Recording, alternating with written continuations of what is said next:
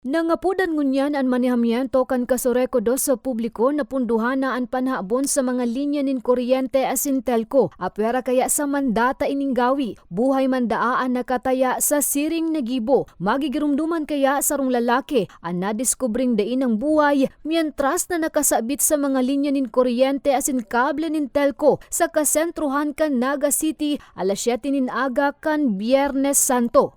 Gusto nila pong ipag-iromdom sa gabos ng mga konsumidores ng kuryente na ang linya po kang distribution lines, kang mga electric cooperative, araw po kang Kasureko dos, high voltage po yan, delikado, lalong-lalo na po kung makaputan, o kaya makarali ka lang po dyan ng pirang metro, talagang mamamatian mo na po ang kusog kang kuryente.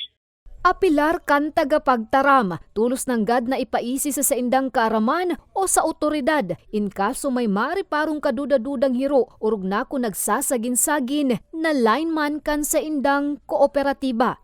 Ang kabus po ng mga trabaho kang lineman, kang sarong electric cooperatives, may official po yan na job order.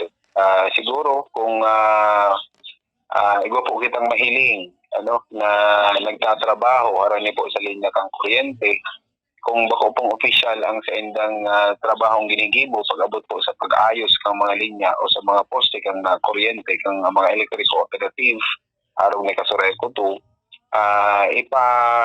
isumbong ka sa mga nanunungdan. Mientras tanto, kinumpirmar ka Naga City Police Office na ang lalaki na nakasabit sa mga linya nin kuryente asin kable nin telepono ang dati nang nadakop sa panhabon kan mga kable nin telco sa nasambit na lugar.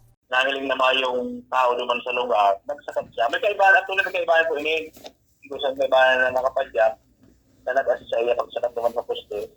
Ang pag-assist kayo makilinda, pag naputol na naman sa may poste, nag-aabat din sila naman sa inutan para maputol naman si wire. Kasi pag inugot nila, madaling nila mahugot itong wire. Kasi kung halabaon, masakit na talaga mahugot ito. Hindi na makukuha.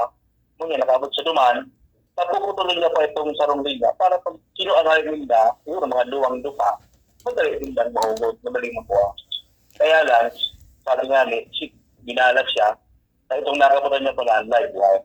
Sa saindamandaang investigasyon, nagporbar subot ang 47 anyos na biktima. Kaibaan sarong dai pa nabibistong lalaki na habunon ang kable kan telco. Sa kamawota na makuaan kahalabaan kan kable. Suminakat daa sa poste kan kuryente ang biktima. Alagad aksidente kay ning nakaputan ang linya nin kuryente. Inihinda na po natin sa kasong theft naman sa area ng Station 5. Alam mo, may pinito sa dito. Kaya rami mo ng buko yan niya, kagadagangan. May mga record po siya ng mga test incident. Siringkan Kasureko 2, maigutman na nangapudan ang PNP na tununganan mga siring na daing datang gawi, asin maghanap buhay na sananin matanos.